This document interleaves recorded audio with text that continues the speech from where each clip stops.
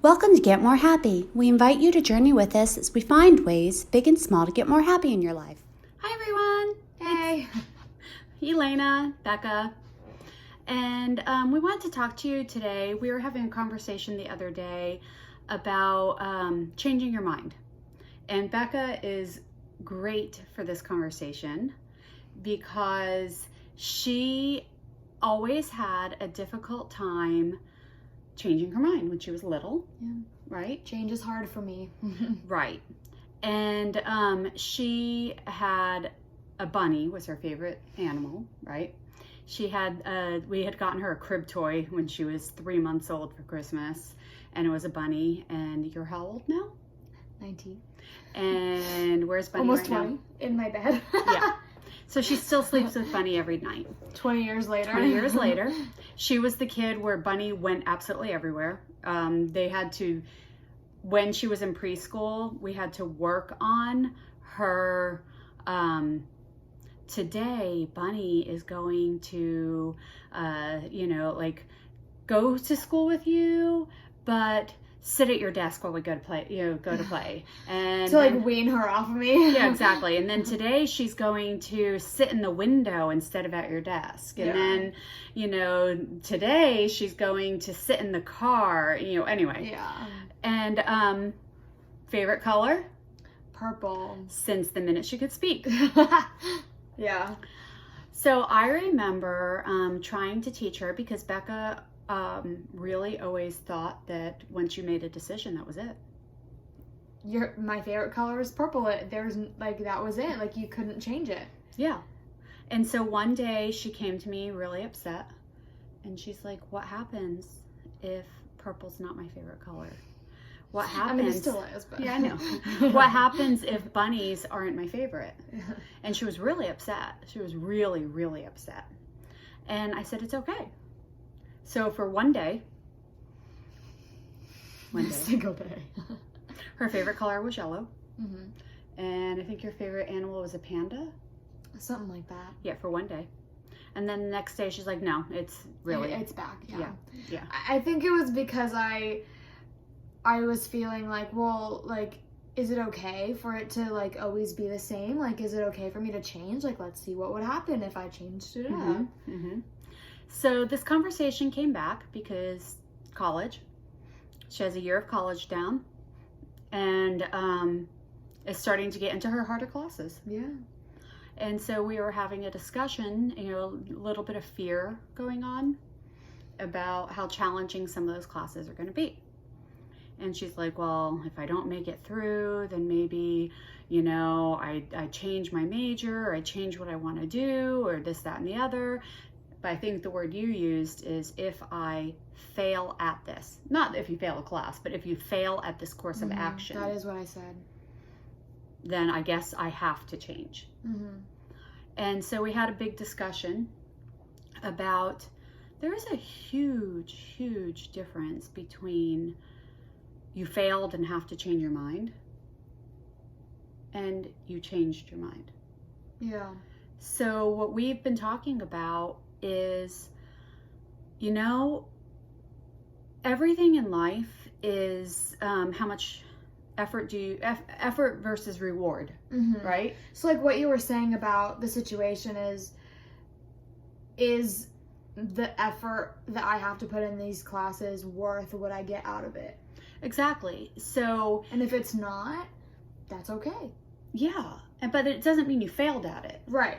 So you have every capability of being whatever you want, doing whatever you want. Mm-hmm. When I was an engineer, I failed my first engineering class.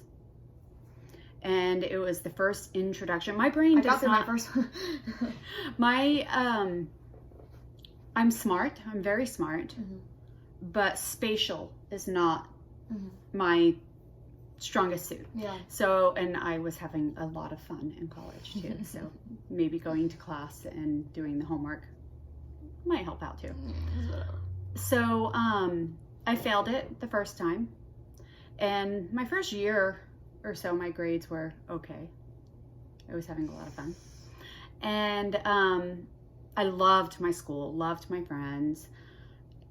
And my mother said to me, if this is the best you can do, maybe you need to go to a state school and move home. And all of a sudden, I graduated at the top of my class.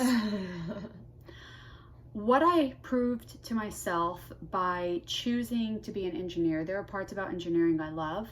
I am very mathematically driven. Mm-hmm. I love collaborating. I love creating. There's Mm-hmm. a lot of things in engineering I am great at. There were things that I wasn't. And this was kind of, I picked it out of a hat and I was going to do it come hell or high water. Yeah. You know, I would not allow myself to change my mind. Yeah. And I often wonder what would have happened had I allowed myself to change my mind. Yeah. So same thing with how I fell into exercising, becoming an exercise teacher. And I would always been overweight. It was right after you were born and I was at my heaviest weight that I found water exercise as a way to help me. And I ended up falling in love with it. And I had a teacher ask me if I wanted to teach, but I thought nobody would take me seriously because how can me, who's overweight, lead an exercise class? That's ridiculous. And it's a passion of mine now. Yeah. I mean, and it's a passion of mine to help people. So I have often taken things that are very opposite to my natural, to prove that I can do it. Well, and like something about engineering for me is every single person, like when I was graduating high school and going into college and telling everyone what my major was gonna be, they were all like, engineering? Really? Mm-hmm. You like strike me more of like a public service kind of person, like a. Well, and they're not mutually exclusive. Well, no, but I mean more like a communication. Yeah, that's what I meant. Yeah. And I was like, well, so what? Like, right. You know. So the point is, everything in life, if it's something you want enough, Mm-hmm. you'll do whatever it takes to get it. So I did fail my first engineering class, but I wanted it enough that I made it happen. Mm-hmm. And again, I didn't allow myself to change my mind. I wonder what would have happened if I did. I'd probably still be working somewhere now. Mm-hmm. And I don't regret that because I like where I am now. Mm-hmm. The same thing with the exercise stuff. It was not something that came to me naturally, Mm-hmm. but I had a passion for it. And so I overcame and did all of the hard things to make it happen because I wanted it.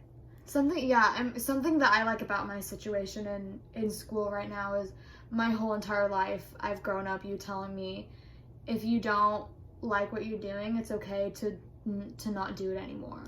Yeah. And so like when I'm about to start all of my really hard engineering classes, and I don't know if I want to put in the effort yet to do it.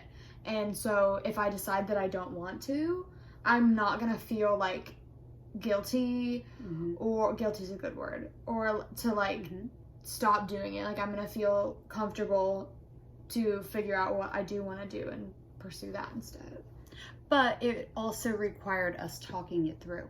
Oh, I mean, yeah, that's been a whole lifetime of you telling me that. But even a couple days ago, the first thing you said to me was, if I fail this, Mm-hmm. if I fail at this, I guess I'll change. Yeah. So the point is, it's not a failure. Changing your mind is not a failure. Yeah. That's still something I'm trying to get through my head. I think that's something we're all trying to get through our head. And, you know, I just have a hard time with change in general. Well, and we often do, but if you look at life as choices, Mm-hmm.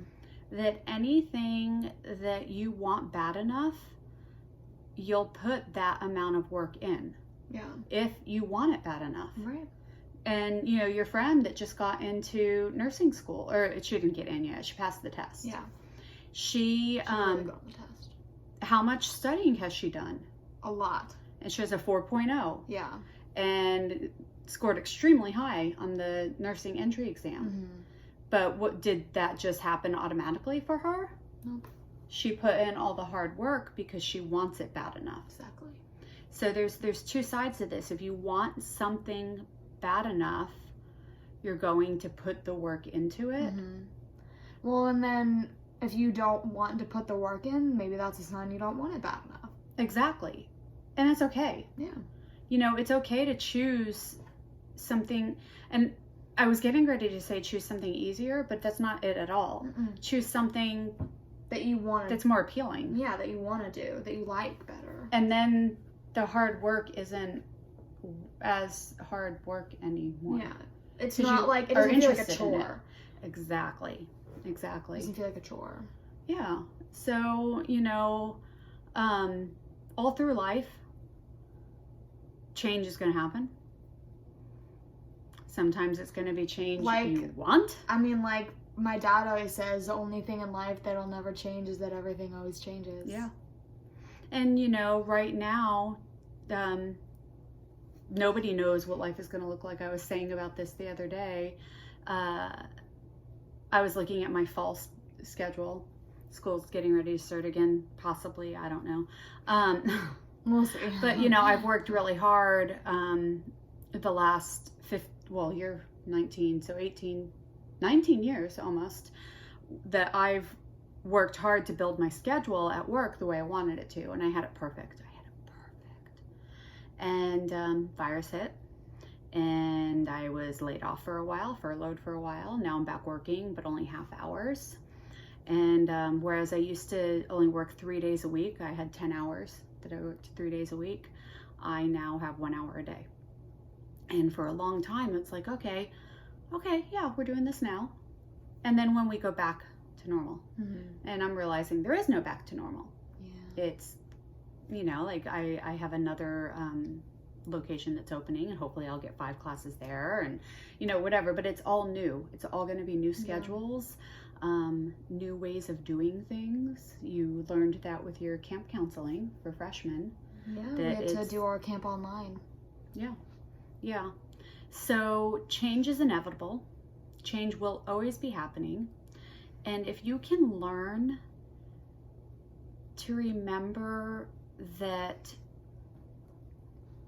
to choose the things that you enjoy, you know, to really choose the things that you want, choose the things that are important to you, you know, you'll find a way to work through it. Yeah.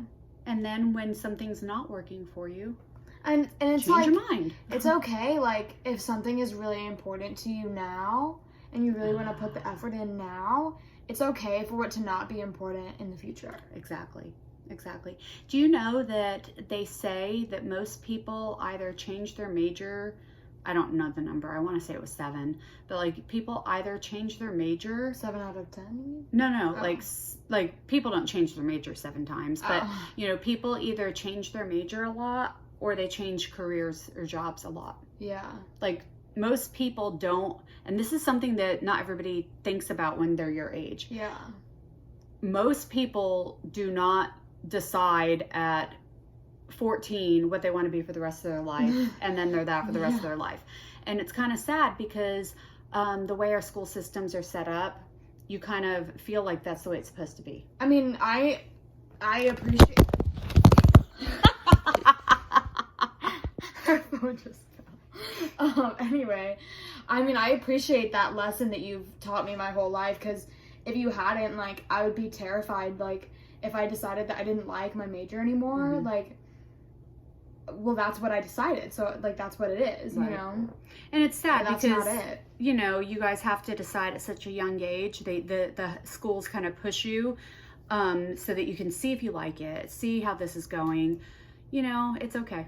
It's okay if you don't know what you want to do. It's okay if you change your mind. It's okay to change. Yay! So, good luck!